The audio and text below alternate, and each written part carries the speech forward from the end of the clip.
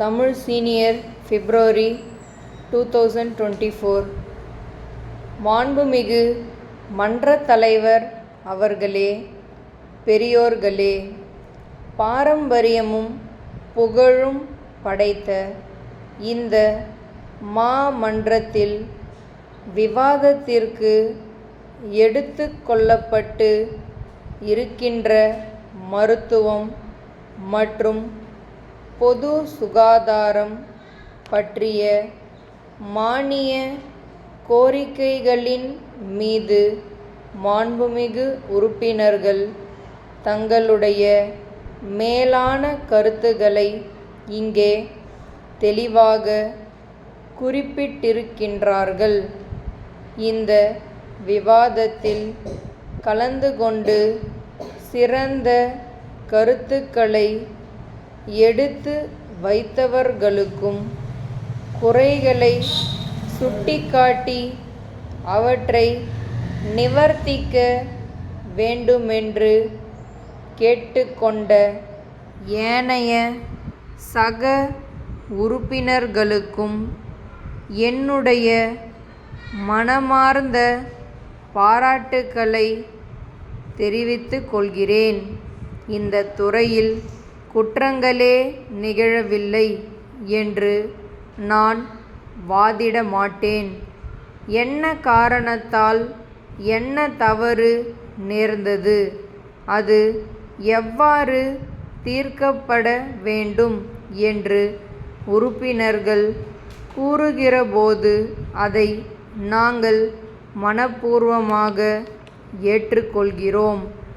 அவ்வாறு இல்லாமல் வேண்டுமென்றே குறை கூறி அவதூறாக பேசுகின்றவர்களை பற்றி நாங்கள் கவலைப்படவில்லை. இந்த நாட்டு மக்கள் அவர்களுடைய மனப்பாங்கினை புரிந்து கொள்வார்கள் என்பதை மட்டும் இங்கே நான் குறிப்பிட விரும்புகிறேன். தமிழக வரவு செலவு திட்டத்தின் மொத்த நிதி ஒதுக்கீட்டில் இந்த மானிய கோரிக்கைகளுக்காக சுமார் 9% ஒதுக்கப்பட்டிருக்கிறது என்பதை மிகவும் பெருமையோடு கூறிக்கொள்ள விரும்புகிறேன்.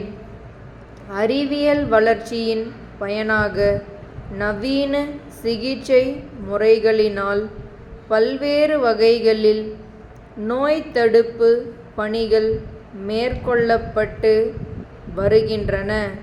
அது மட்டுமல்லாமல் வந்த நோய்களை குணப்படுத்தவும் தீவிர நடவடிக்கைகள் எடுக்கப்பட்டு வருகின்றன. நமது மாநிலத்தில் தனியார் துறையில் மருத்துவ வசதிகள் சமீப காலத்தில் பெரிதும் அதிகரித்துள்ளன. இருப்பினும் ஏழை எளிய மக்கள் தனியார் மருத்துவமனைகளில் சிகிச்சை பெற இயலாத நிலையில் இருக்கிறார்கள். அதனால் அவர்கள் அரசு மருத்துவமனைகளுக்கு வருகிறார்கள். அப்படி வருகின்ற மக்கள் பயன்பெறும் வண்ணம் மருத்துவமனைகளிலுள்ள வசதிகளை அதிகரிக்க வேண்டும் என்பதில் அரசு கண்ணும் கருத்துமாக இருக்கிறது. என்னதான் திட்டங்களை தீட்டி அரசு நடவடிக்கைகளை எடுத்தாலும் இன்னும் நாம் இத்துறையில் முன்னேற்றம் அடைய வேண்டி இருக்கிறது. இருக்கின்ற நோயை கட்டுப்படுத்தும் போது புதிதாக இன்னொரு நோய் உருவாகிறது. குறிப்பாக சொல்ல வேண்டுமெனில் சமீப காலமாக மக்களின் மனதை உறுத்தி கொண்டிருக்கின்ற கொரோனா வைரஸ் நோயை சொல்லலாம். அறிவியல் துறையில் முன்னேற்றம் கண்டுள்ள மேலை நாடுகளிலே கூட இந்நோயை ஒழிப்பதற்கு இன்னும் முழுமையாக மருந்து கண்டுபிடிக்கப்படவில்லை. நோய் பரவாமலிருக்க தடுப்பூசி பொதுமக்களுக்கு இலவசமாக போடப்பட்டது. இந்த மன்றத்திலே கூட மாண்புமிகு உறுப்பினர்கள் இது குறித்து கவலை தெரிவித்தார்கள். கொரோனா வைரஸ் வந்தவர்களை தனிமைப்படுத்தி காப்பாற்றுவது என்று 2 வகைகளிலே நாம் அதிலே அணுக வேண்டி இருந்தது.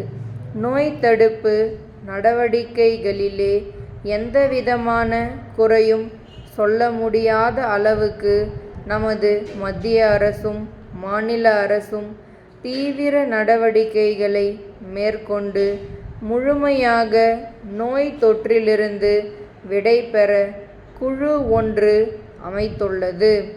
அன்புடையீர் தங்களின் 20ஆம் தேதியிட்ட கடிதம் கிடைக்கப் பெற்றோம்.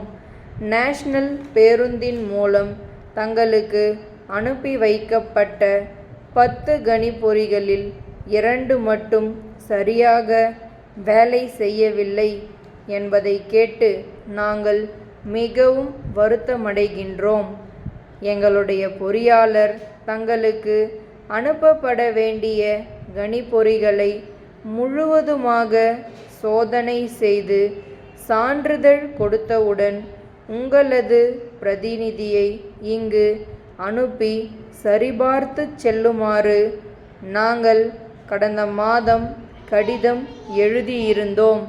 அதன்படி நீங்களும் உங்கள் பிரதிநிதியை அனுப்பி எங்களது பொறியாளர் முன்னிலையில் கணிப்பொறிகள் அனைத்தையும் சரிபார்த்துச் சென்று திருப்தியுடன் ஒப்புக்கொண்ட பின்னரே அவற்றை நாங்கள் சிறந்த முறையில் பேக் செய்து சரக்கு பேருந்தில் பத்திரமாக அனுப்பி வைத்தோம்.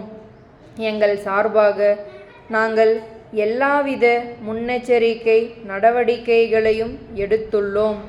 ஒருவேளை அவைகள் வழியில் சரக்கு போக்குவரத்தில் அனுப்பி வைக்கப்பட்டபோது சிறிது பழுதுபட்டிருக்க வாய்ப்புகள் இருக்கின்றன. எனவே நாங்கள் எங்களது கிளை மேலாளரிடம் கலந்தாலோசித்து இது சம்பந்தமாக உடனடியாக தேவையானவற்றை செய்து தருகிறோம். நன்றி. தங்கள் நம்பிக்கையுள்ள